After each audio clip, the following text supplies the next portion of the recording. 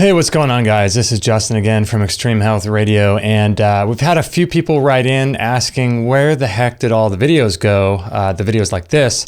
So I just figured, you know what, maybe it's time to start redoing the videos just like this. So what I'm going to be doing is taking listener questions, if you have any listener questions from the show or questions from me, and also just sharing with you some of the things I've been learning in my life and my journey and health and spirituality and subjects of that nature. And so today's show, I had a really big insight into just my life and how things are going for me recently by reading a book called The Seat of the Soul by Gary Zukav. I think that's how you say his name, Gary Zukav. And I tried to read this book in 2001. I went on a year-long trip and traveled around the world by myself, saved up a bunch of money, took a plane across the world, and just did it by myself. It was a lot of fun. And I remember being in New Zealand, in Rotorua, New Zealand, in the North Island. And I was in a hostel and I had this book and I cracked it open. Didn't have anything going on that night. And I tried to read it and I just couldn't get into it. I don't know what it was. It was something too deep. But it's funny how things come back to you as you need them. And so anyway, the other day I was reading this book and he was talking about addictions. And he was talking about creating your intentions and how you live your life on a deeper level.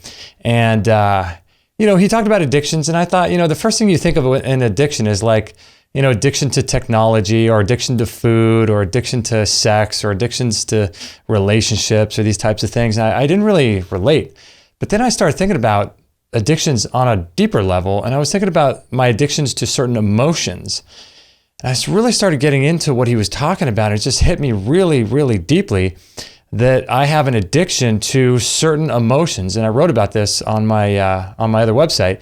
And the emotions that I get addicted to, I'm just going to be open and honest. I'm just going to let you know how I'm doing and things like that. Because none of us are perfect. None of us have perfect lives, and all of us struggle with different things. And one of the things I struggle with, I'm not sure if you heard that, is addictions to anger. And so, where we live is incredibly loud. And we mentioned this on the show quite a few times.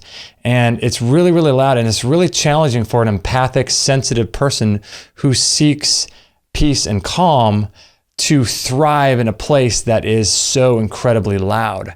And so I was wondering, anytime a car goes by, or I'm trying to read a book, or I'm trying to do something, work on the show, or if I'm trying to accomplish anything that requires concentration, really loud cars go by. And if we live in a four-way stop, and so it's super loud. And many of you might be dealing with the same kind of issues. And so I find myself being at the mercy of my emotions, and I find myself being angry. And I realize the more I'm angry, the more of the reason to be angry that I'm creating for myself. And so the more I'm angry, the more I find that there are things to be angry about. And so it's really interesting that we create these little prisons for ourselves, these jail cells, and then we complain about being in them, when in reality, if we were to release the anger and release the emotions and being a slave to our emotions, the jail cell would open and we would have freedom. And I was thinking about this because, in relation to another book I read called The Four Agreements, is really interesting. Don Miguel Ruiz talks about our belief systems, and it's our beliefs that cause us pain. And it's interesting because I would say oftentimes that it's too loud here, or there are too many people living here, it's too congested.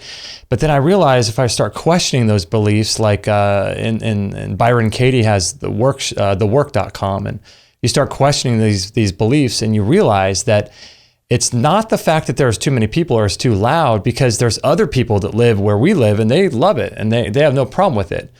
Although they're not empathic, sensitive people like we are that seek and crave peace, they're fine with it. So it's not objectively the issue at hand for me. It's my belief about the objection, about what I think is real. And so, when I say to myself, oh, there are too many people here, or it's too loud, or this, that, and the other, it's just a story I've created for myself. And then I got to get to the deeper issue is, why do I create a story that's self-perpetuating? It's self-fulfilling. It perpetuates itself the more I believe it and the more I tell it to be, tell myself that's the story, it perpetuates. And it's not the actual event itself, it's my belief about the event. So I could just choose to believe anything I want to believe. And I can choose to have any kind of story I want, yet I purposely choose stories that are going to be disempowering. And obviously, I'm grateful for the awareness that I have in doing introspection and meditation, and these weaknesses in our lives show up. And we all have them, and there's certain people, it's, certain things for different people. And so for mine, that's what it is. And so by reading these types of books like The Four Agreements and The Seed of the Soul by Gary Zukav, and books by Byron, The Work, stuff like this really helps you open your eyes, meditation, things, contemplation, and really removing yourself from your emotions and being addicted to creating a jail cell for yourself that will be self-perpetuating.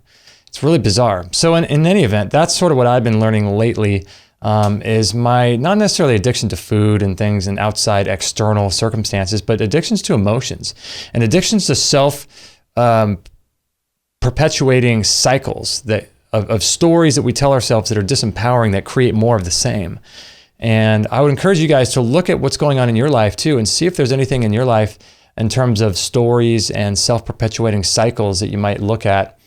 Because for me, it's the more I get angry about the outside circumstances and don't cultivate peace within, the more I find myself having things to be angry about, and the more sensitive I become. And it's all just this weird, crazy story that we tell ourselves.